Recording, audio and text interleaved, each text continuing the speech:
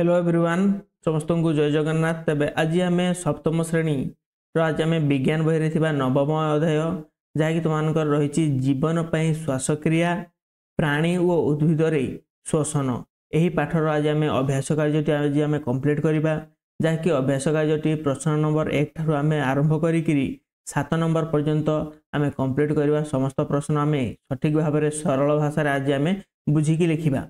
ताहले आमे एबे प्रश्नटी आरंभ करिबा। तापर आपण को कहि रखिबी जदि आपण मानको हम भिडियोटी भल लागुची ताहले सब्सक्राइब कर देबे चैनल टाकू एवं भिडियोटी को मध्य लाइक कर देबे। ताहले देखो प्रश्न नंबर 1 रे कोन देइची ना प्रश्न नंबर 1 रे देइची प्रतियोगिता परे खेलाड़ी माने काहेकि द्रुत ओ दीर्घ श्वास नै थांती। जेतेबेले जे कोनसी खेलाड़ी खेलुचंती से काहेकि अधिक जेतेबेले दौड़ुचंती द्रुत श्वास एवं दीर्घ श्वास नै थांती। ताहले उत्तर आमे कौन लिखिबा जड़े व्यक्ति यह तुम प्रथम पॉइंट लिख जड़े व्यक्ति जेते अधिक कार्य करे से सेते अधिक शक्ति आवश्यक करे। खेलाड़ी माने प्रतियोगिता समय रे अधिक दौड़िबा बा कठिन परिश्रम करुथिबारु तांको शरीर को अधिक अम्लजान जाके आमे ऑक्सीजन कहू आवश्यक होई थाए। यह होची प्रथम पॉइंट। से फिर आमे द्वितीय पॉइंट रे लिखिबा एही कारणनु से माने द्रुत और दीर्घ श्वास प्रश्वास नै थांती जहा द्वारा शरीर कोषगुड़िक अधिक अम्लजान पाई खाद्यरू शक्ति उत्पादन करें। सेपरी आम तृतीय पॉइंट लिखा साधारण स्थिति रे जड़े व्यक्ति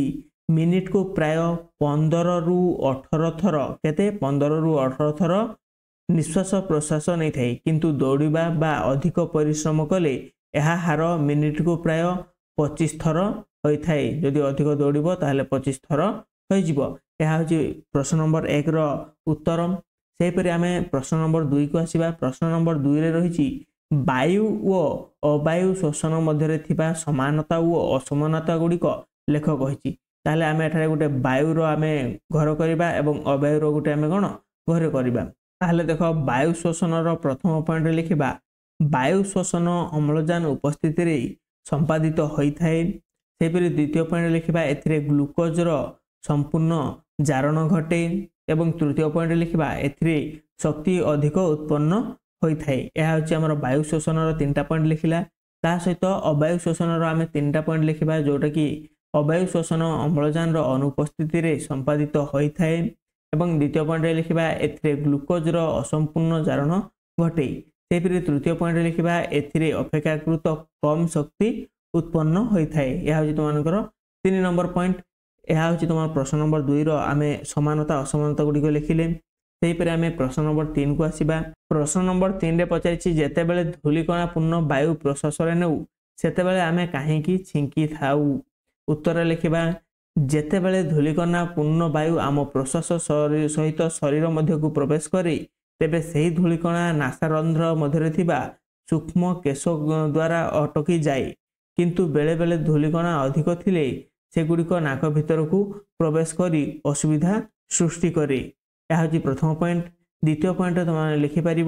यही असुविधा दूर करने नासा भितर थिबा स्नायु माने उत्तेजित हो छिंकेबा कार्य करे। बुझला नहीं छिंकिबा द्वारा शरीर अभ्यंतरीण को जाइथिबा धूली और अन्यान्य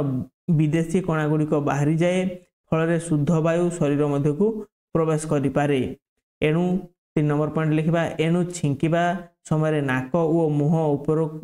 रुमाल बा हाथ रे ढाकी देबा उचित। यह हूँ आम कौन 3 नंबर पॉइंट। से फिर आम 4 नंबर प्रश्न को जीवा। 4 नंबर प्रश्न में कौन देछि ना 3टी परीक्षा नलिन्य एटा गोटे परीक्षा करने 3टी परीक्षा नलिन्य सेगुड़िक 3/4 अंश पानी रे भर्ती करी क ख ग भाव में चिन्हित कर। क परीक्षा नली रे 2टी गेंडा रख, ख रे एक जलज उद्भिद रख और ग रे गोटे गेंडा और जलज उद्भिद उभय को रख कहला। ताहले एबे प्रश्न पचारिछि जे केउ परीक्षा नली रे अंगारकाम्ल परिमाण अधिक हबो बोली कहिछि। ताहले हम उत्तर लिखि परिबा कोन देख प्रथम लिखिबा श्वासक्रिया रे समस्त जीव अम्लजान ग्रहण करी अंगारकाम्ल त्याग करे। आमे जानि एटा देख प्रथम नली जोटा क नली सेथिरे केवल गेंडा रहिछि जहा श्वासक्रिया करी अंगारकाम्ल त्याग करि थाए। सेपरि आम जो खरे देखा परीक्षा नली केवल जलज उद्भिद रही जहाँ दिने अम्लजान दे थाए आउ राति कौन अंगारकाम्ल त्याग करि थाए। ताहले ग रे देख लिखिबा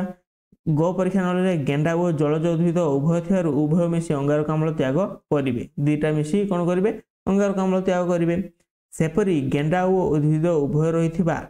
ग परीक्षा नळीरे अंगारकाम्ल परिमाण अधिका हबो बोली आमे लिखिबा एहा होची उत्तर 4 नंबर सेपरी आमे 5 नंबर को आसीबा 5 नंबर रे कोन कहिछि ना ठीक उत्तरटी रे तमे राइट चिन्ह दियो कहिछि ताहले देखो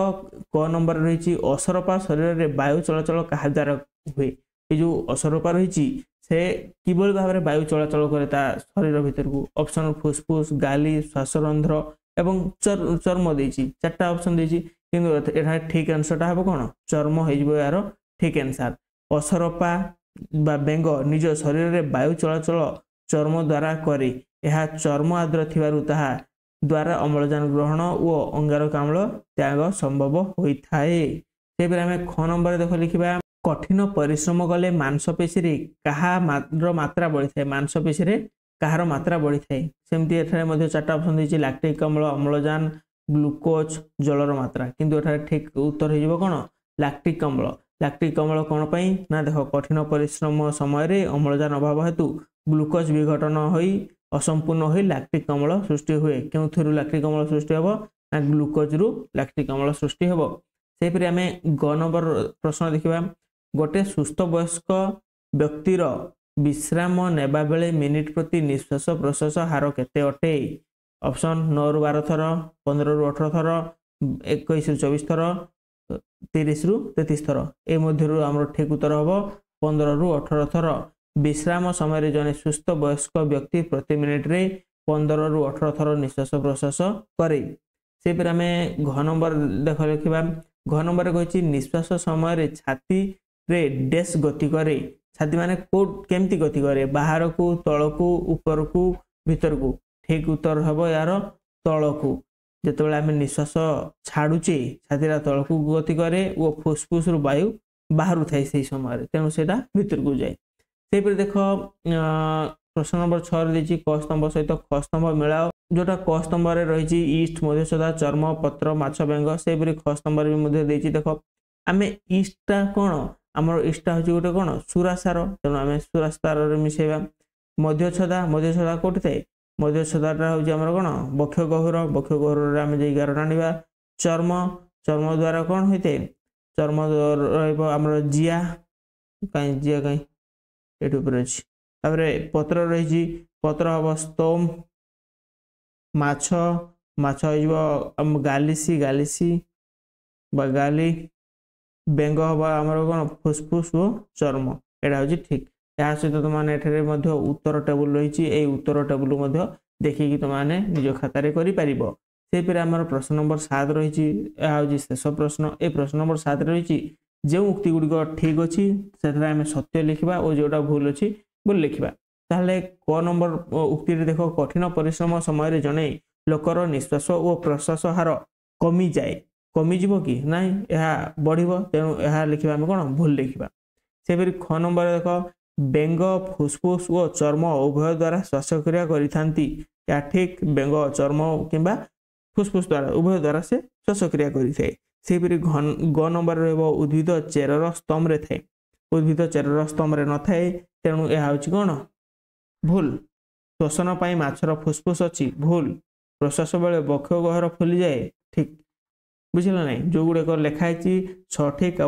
भूल तो माने एठु देखि कि लिखि परिबो निज खाता रे आ गुडे इंपोर्टेंट कथा जो माने सब ए पीडीएफ रे डाउनलोड करबा पई चाहूचो ताले मु ए वीडियो रो डिस्क्रिप्शन रे हमरो व्हाट्सएप ग्रुप किंबा टेलीग्राम ग्रुप तार लिंक देछि सेठार जाई तुम माने ए पीडीएफ टी डाउनलोड करि परिबो नचेत तुम माने एठे गोटे लिंक देछि ए पीडीएफ टी पाई सरला पर एठे गोटे लिंक देछि से लिंक को तुम माने जतो क्लिक करिवो तुम हमरो आ गोटे वेबसाइट को आसी जिवो से वेबसाइट रे तुम माने जाई रजिस्ट्रेशन करि नबो रजिस्ट्रेशन कर देला फल रे तुम मान को फ्री रे समस्त प्रकार रो कंटेंट तुम मान को मिलि परिबो एवं यह सब गोटे कथा कहबी जदि तुम आम भिडियोटी भल लगी भिडियोटी को गोटे लाइक करनब एवं चैनल को कौन कर सब्सक्राइब करदेव ता सहित यही भिडियोटी तुम सांगसाथी मानक निश्चय शेयर करनब ता सहित मुझे कही रखुची यही भिडियोटी जिते तुम देखि सारुच यही पीडीएफ जाई तुम मैंने कौन कर डाउनलोड करदेव जदि डाउनलोड करबा आसुना ताहले मते कमेंट सेक्शन रे मते कुह मु तुमको डायरेक्ट लिंक शेयर करि पारिबी रहिली ताहले थैंक यू।